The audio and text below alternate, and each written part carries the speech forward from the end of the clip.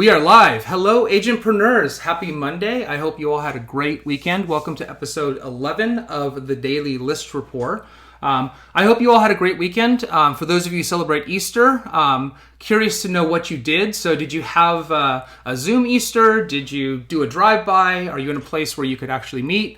Curious to hear about that, but I hope you all had a great weekend and got lots of rest and relaxation. As per the new norm here, I am running the countdowns after we go live because these are new and I want you to see them. So today's countdown comes from our Chief Happiness Officer, Charlie, who belongs to Ryan Torigno. If you didn't watch last Wednesday, Ryan came on and talked about list packs. This is Charlie's countdown. 10, 9,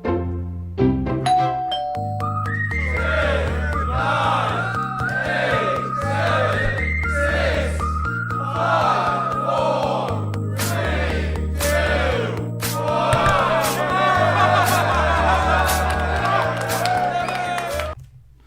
So if you can imagine, we get to spend all day, every day with that little pup. Not so much in the last month since we've been work from home, but we miss him terribly. So Charlie, thank you so much for the countdown. To Charlie's dad, Ryan, and Charlie's mom, Jasmine, thank you so much for that. That was fantastic. So reminder, we have a new YouTube channel. So we are going to post a link to the YouTube channel in the comments. We're putting all of the broadcasts after we go live every day. Within a few hours, we get them up on YouTube. So if you missed a show, if you want to go back and watch previous shows, it's a great place to find it. Make sure you subscribe to that and you'll get notified of all of the new posts that we make there. We are just about 3,000 people in this channel, if you can believe it. Sorry, in this Facebook group. So the agentpreneurs of ListReports are now almost 3,000 strong. This is just the beginning. I can't wait for the day when we look back and we say, remember when we only had 3,000 people? So if you like this content, if you like this group, please, please, please consider sharing it with your agent friends because we can all benefit from this information. All right, so today's discussion is going to be great.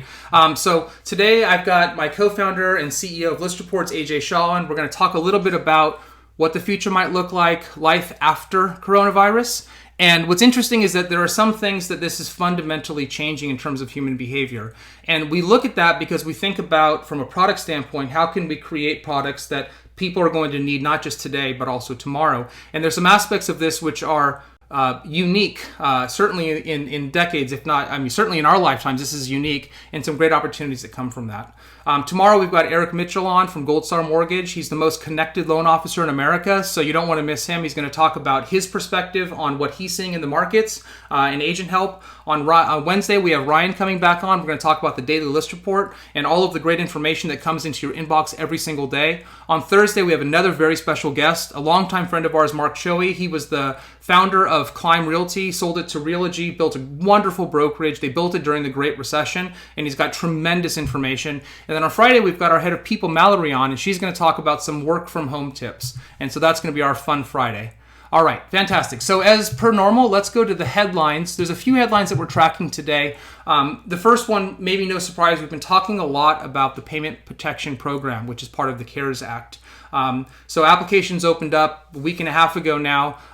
It's not gone very well, let's be honest. So a couple things that we're looking at. One is that this Friday is the first time that independent contractors are going to be able to apply. And so that's important. So for those of you who don't have a business, you still qualify.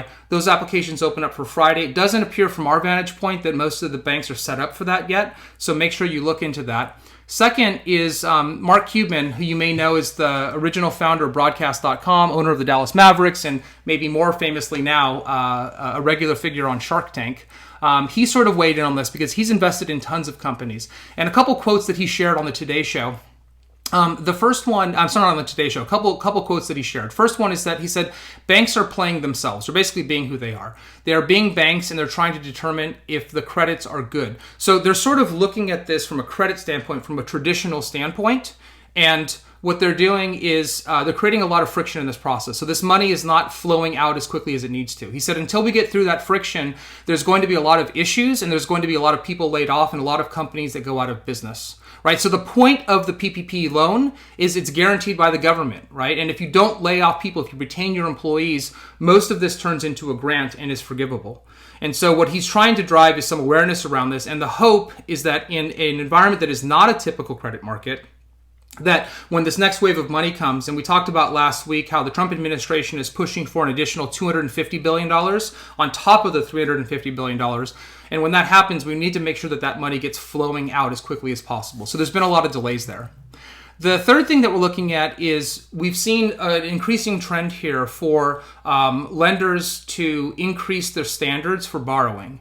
So JP Morgan Chase, in an effort to serve their existing 4 million customers, mortgage customers, has increased their requirements. So from Tuesday, customers who are applying for a new mortgage are going to need a credit score of at least 700 and be required to make a down payment equal to 20% of the home's value. So all of these lenders are hedging against the uncertainty of what's to come in the future. This does not impact their current mortgage holders. That's about 4 million people. And this also does not impact their Dream Maker product, which is for low-income people, which requires a credit score of 620 and a 3% down payment. So there still are programs available to lower qualified buyers, but they are increasing the standards for everybody else. And so that's important for us to keep an eye on, because as we talked about last week, in the second half of March, there's been a 1,900% increase in the number of borrowers who have requested to delay their mortgage payments. And so we're starting to see more and more of that happen. The last thing that we're looking at is Dr. Robert Redfield. He's the director of the CDC, the U.S. Centers for Disease Control and Prevention. He was on the Today Show, and from his vantage point, and we're talking to a broad audience, right? The viewers here, you guys are all over the country. It's different in every place. So we're in Southern California, where we're all on lockdown. The numbers here so far are sort of holding. We don't have the level of an outbreak that they have in, let's say, New York, New York City, New Jersey, etc. But there are other parts of the country where there's a lot more freedom. And what he said is that they're looking at the country very much on a county-by-county basis, right? And so the keys to this are going to be early case detection, isolation, and contact tracing. And we've seen some announcements with Google and Apple, amongst others, collaborating to make sure that we can do some of the tracking. And there'll be some interesting discussions to be had there around privacy and things like that, and what things we might have to give up. We may even touch on that a little bit today. So from his perspective, the U.S. is nearing its peak right now. So he sees that we're going to start to see a decline in this. But again, that doesn't mean that this isn't going to come back. And so this is actually a really good transition. So what I'm going to do is I'm actually going to bring on AJ here. So AJ, why don't you say hi to everybody? Hey, Randy, how are you? I'm great. How's everybody? It's great to see your face again. You've become a regular fixture on Mondays, and I think we're going to continue this going forward. It's a great chance for us to have a conversation and talk a little bit about the future and opine and all of that, right? I love Mondays. Yes, exactly. Right. Whatever that means anymore, right? So H, let's kind of kick this off here, right? And so we're looking at the world from the list reports from a business perspective, right? In one capacity, and we're saying, okay, well, this isn't just a moment in time. That's very clear to us now, right? This is not just a moment in time. This is a very unique time in history, frankly. And so let's talk about a little bit from your perspective. What does this mean? Like, what is going to persist sort of beyond this? What does this mean for everybody?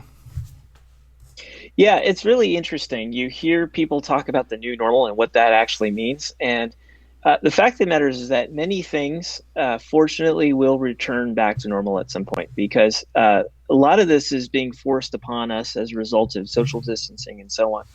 But I think what's equally as interesting is what is it that actually is going to change as a result of what's going on. And I think that's pretty significant. And if I had to put it down to one thing in particular that is really breaking the mold, it's this idea of video conferencing, right? It's this idea that we can actually, culturally, it's acceptable now to do business over video, whereas before it was not acceptable to do that, right? And this is a really, really important point. It's going to change industries, I think, left, right, and center, because you can imagine, for a lot of reasons that I think we're going to talk about, that doesn't go back to normal again. And so I think one of the things that I want to make sure that our real estate agents really take from this is getting into that mode where you learn how to conduct business over video conferencing is going to be absolutely key. It is. And maybe, do you remember the stat, right? You actually shared a stat that we talked about earlier. So talk about cell phone minutes versus, virtual meeting minutes. Yeah. So I'm going to actually share a couple stats with you, if it's all right. The first one is this idea that in December, Zoom had 10 million simultaneous users. That was their peak. And last week of March, their simultaneous peak usage was 200 million people, right? Unbelievable. 200 million people, right? That's 3% of the population of the planet, all simultaneously using one product, right? Now, at just to give you more context around that, the US, I saw a statistic, does about 6.5 billion minutes of mobile phone usage per day. And if you look at the worldwide usage of just Zoom, Google Meet, and Microsoft Teams, and their video conferencing, it's now exceeded that 6.5 billion minutes per day. So this has become the norm in terms of how people conduct business, whether you're doing Easter with your family over Zoom, or you're conducting billion-dollar deals, or if you're selling homes.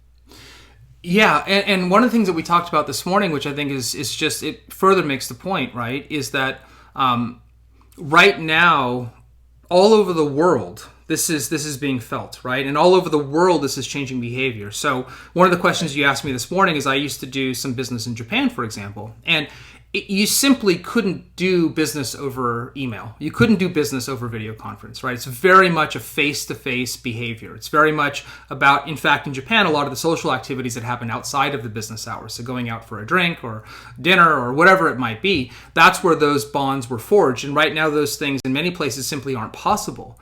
And so how do you think about that transition from these cultural norms that pretty much overnight just stopped, right? And what that means? Some people might be thinking, oh, we're just going to go back to that. Like, this will be over. We're going to go back to the same things that we used to. But I don't think that's what we think. No, I don't think so, because the fact of the matter is the only reason that we did those things, and I think the Japan example is a good one, is because of it was culturally the way to do it. That cultural mold is now broken, right? And now some of the significant benefits of working virtually start to come to the fray. Number one, I think it's a much more environmentally friendly way to work. Mm-hmm. Why would you? Our last company was interactive TV, so we would go to New York a lot for meetings. Yes. That sometimes were just 1 or 2 hours. We'd fly out to New York, right? We've Absolutely. both done that quite a bit. Absolutely. And so why would you? And in what sense is it environmentally friendly? Why would it ever be green to hurl someone across the country, 6 hours or whatever, just to have a single meeting? And then think about the logistics of that. The hotel rental, the flights were late, puts a lot of stress on the people who were doing that travel. So there's a lot of things that could go wrong along the way in that process. Why would you even have someone drive across town to do these meetings, right?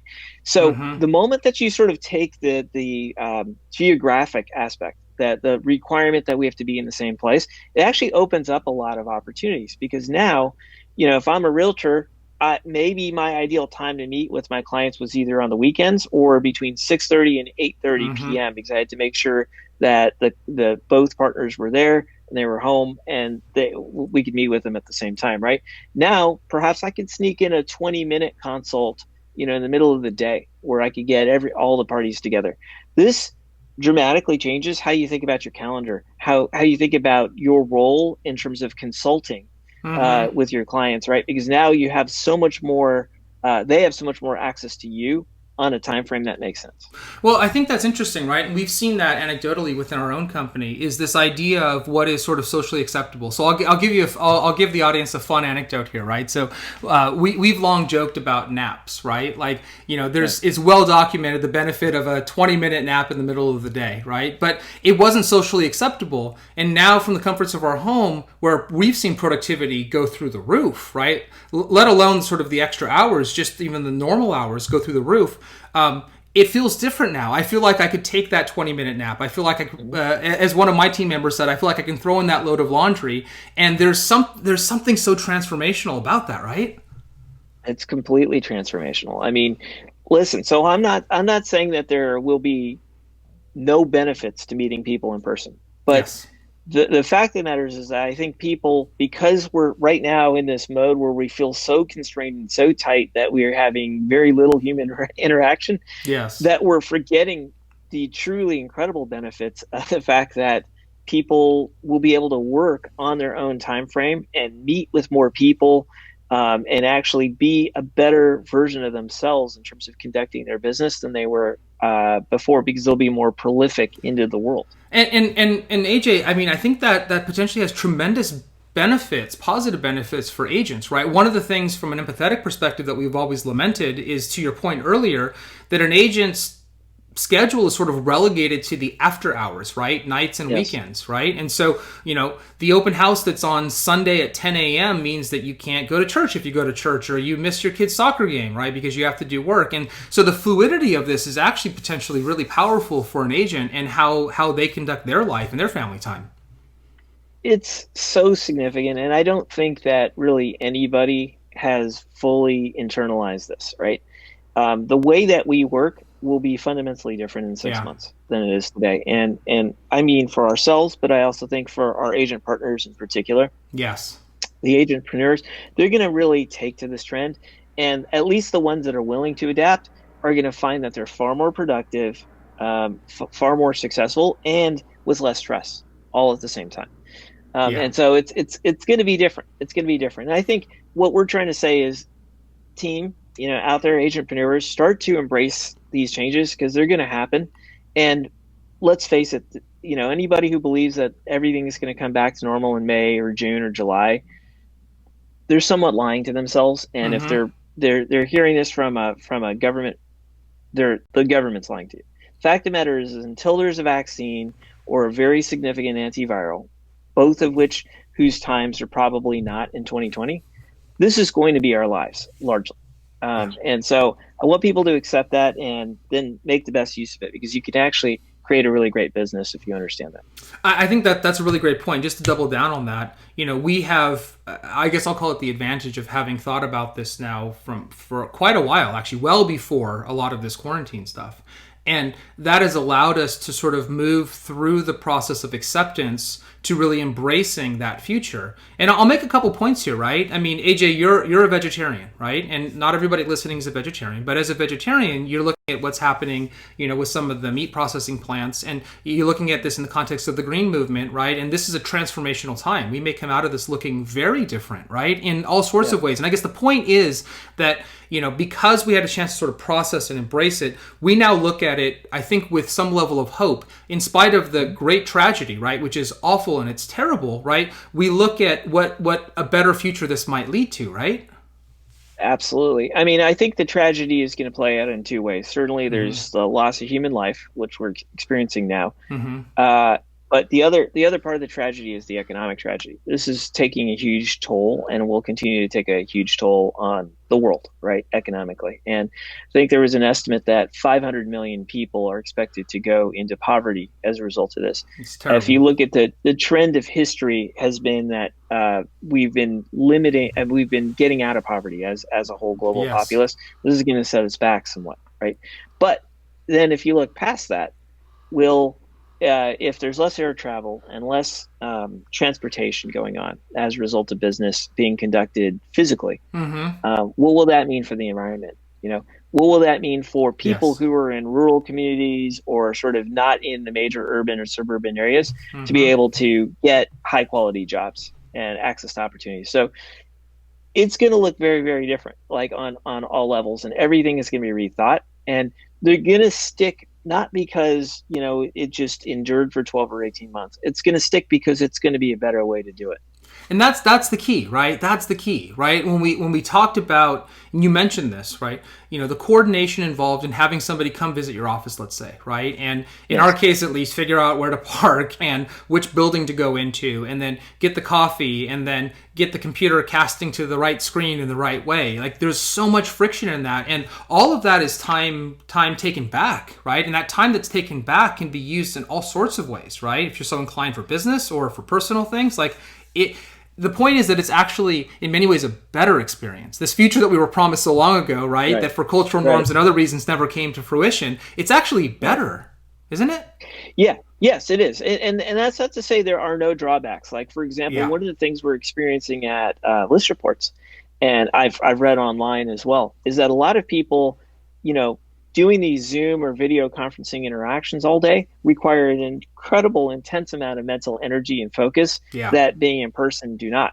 And so it's tiring, right? People are physically more tired than they tend to be Mm-hmm. doing this in person to some degree. So, but you know, if you think about a modern workspace, what are we really doing? We're basically taking our laptops from home. We're driving to the office. Yep. We're taking our laptop out of our bag. We're plugging it in, and we're largely sitting in front of a computer, 8 hours a day.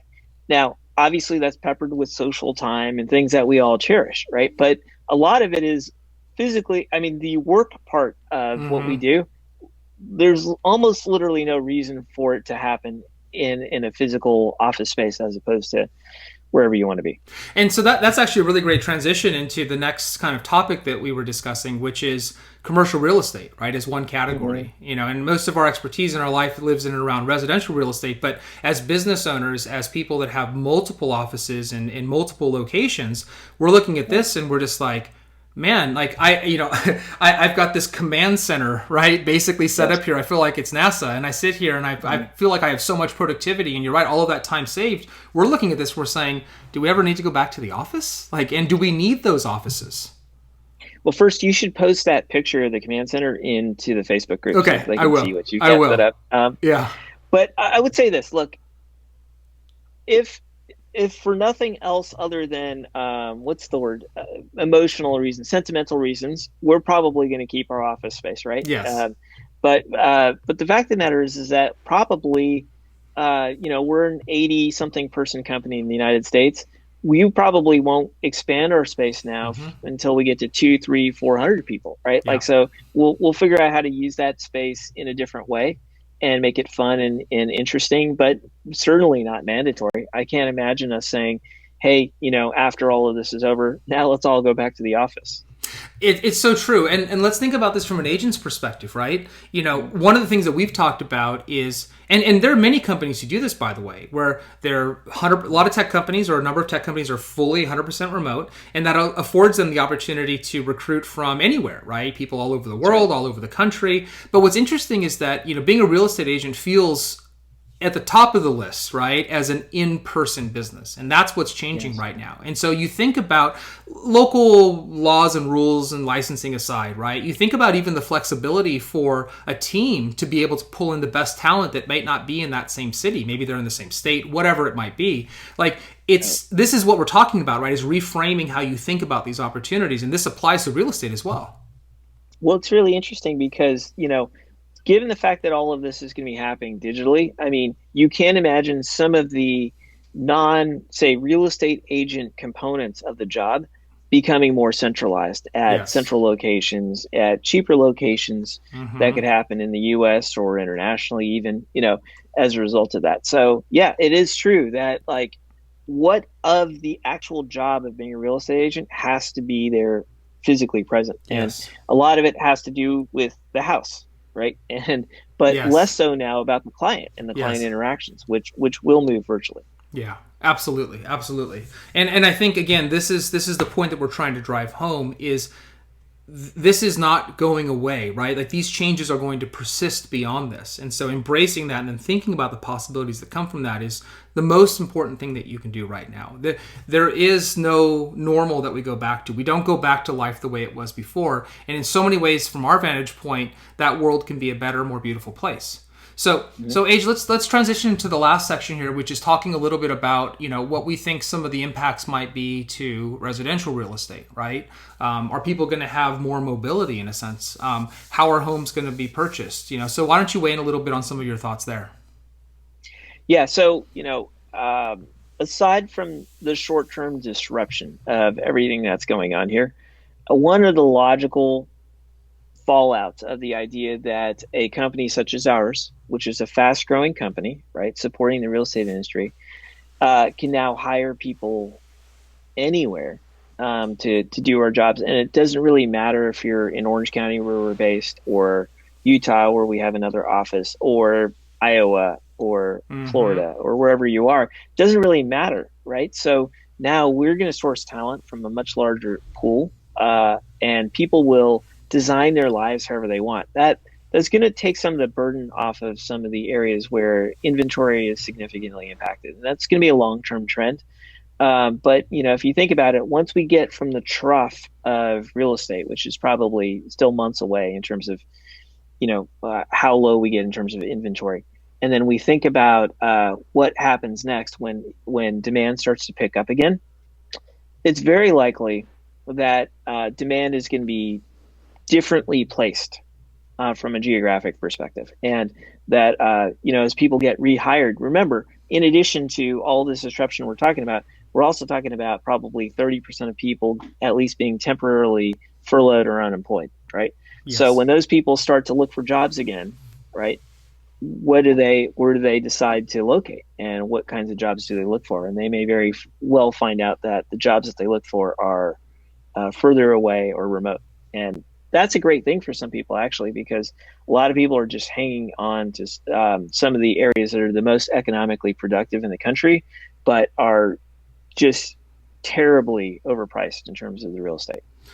No, absolutely. And I think, the Bay Area is a great example of this, right? Where maybe they're a little bit further along in some of that thinking because it's such an expensive market and it's dominated by technology companies who are probably earlier adopters of this idea of working remote. But, this just want to go back one more time because I think it's such an important point to this sort of cultural norms and this mindset. And we challenge this all the time, breaking out of that mindset. There's somebody on our team, right, whose wife was saying, hey, why don't we move to Timbuktu, whatever it is, right? We can get a great home and we can have acreage and all the things that we want. And his perspective in this case was like, I can't. I have to be here. I have to be able to meet with the team. I have to have that face-to-face time. And this has shattered that completely, 180 degrees. And he's like, whoa, actually, I don't, right? I could live anywhere and do this.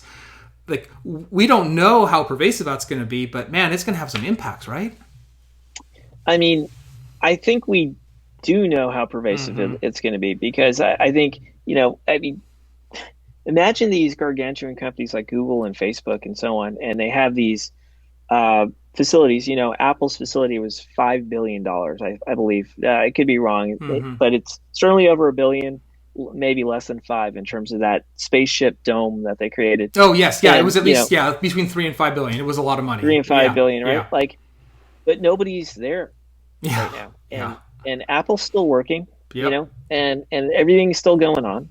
So what these Goliath structures that we think about for the largest companies, if the largest companies in the world that are coordinating hundreds of thousands of workers can do this, certainly smaller companies can figure it out. Right. Absolutely. That's fantastic, AJ. I think this is a great perspective. We've covered a lot of ground here. Do you have any sort of parting words for our agentpreneurs as they go through this time and this transition and process it and think about what the other side's going to look like? Well, I'm always cautious of trying to be, lectury or pedantic in any way, right? Not our Like style. it's not our style at all. But, I feel compelled to ask our agents to really think about embracing some of these new technologies, these new methods of work, not assume that this stuff is all just going to return back to normal in a couple of months. And, if we're all wrong and it does, no harm, no foul. But if we're right, and the reality is that we're going to be experiencing this for a long time to come, then wouldn't you feel so much better about yourself if you got ahead of it? I mean, just think about the experience of COVID and what we experienced here. And I'm going to put the politics aside, but the fact of the matter is that we all pretty much know that this could have started the lockdown 30 days sooner and we could have saved a lot of lives and disruption. It didn't happen, right? But now think about this in the context of your own work, right? The sooner you get on some of these trends and doing the things that are necessary for your business, the sooner you're going to be better off and the sooner you're going to be acclimated to the new way of working. And that's going to give you an advantage.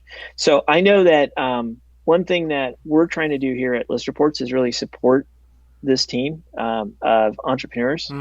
And so we're going to be, I think, rolling out a ton of new tools over the next week, 2 weeks that are going to help you do that. And some of them are going to be really kind of rough. I mean, because we're building these things literally as we see the opportunity emerge and the need for these things. But, we're going to try to help assist you because I think a lot of agents turn to us because they say, hey, you build a technology, you usually make it free wherever possible, Mm-hmm. and you make it super easy to adopt, right? And that's what we want to be known for, and that's the value we want to add to your work and to your lives. But if we're going to do that, meet us halfway. Just try these tools out and Mm-hmm. try not just the list reports tools, anything that you think that you want to embrace and try, it's worth it now. Just give it a shot. Yes. Yes. Yes. Absolutely. No, that's great advice, AJ. Thank you for sharing that. I look forward to our next discussion. So why don't you say goodbye to our Asianpreneurs and we'll wrap up here. Thanks, guys. Goodbye. Take care. Awesome. All right. So tremendous advice, right? You know, we are looking at this moment in time and what the other side looks like with tremendous optimism in spite of the tragedy right now. And we're looking at these experiences that are going to come out of this as really transformational. And, you know, to AJ's point, you know, whether this lasts, you know, 6 months, a year, 2 years, whatever, I think we have a lot of conviction that some of these changes that are afforded here are actually going to create a better life for all of us. And it's going to create more flexibility for you as agents. And that's the future that we've committed to build towards. And so as AJ said, we're going to roll out some stuff here real soon. Give it a shot. Try it out. Sort of move beyond sort of the mindset of the temporary nature of this into what's to come. So with that, we're going to wrap up the show. I got a fun little thing here for you today. It's only a minute long. And I love it because a lot of us who like the outdoors, I like to play golf, though I don't play very much anymore. We're all looking for creative ways to express ourselves. And so this is a really cool 1-minute clip. I'm going to play it for you right now.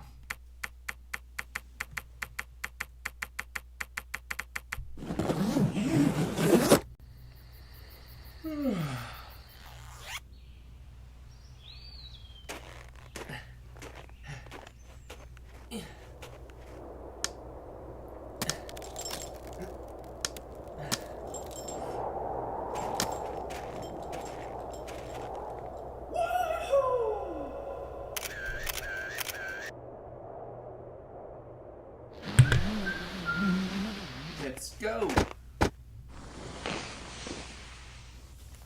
Whoa. Yeehaw.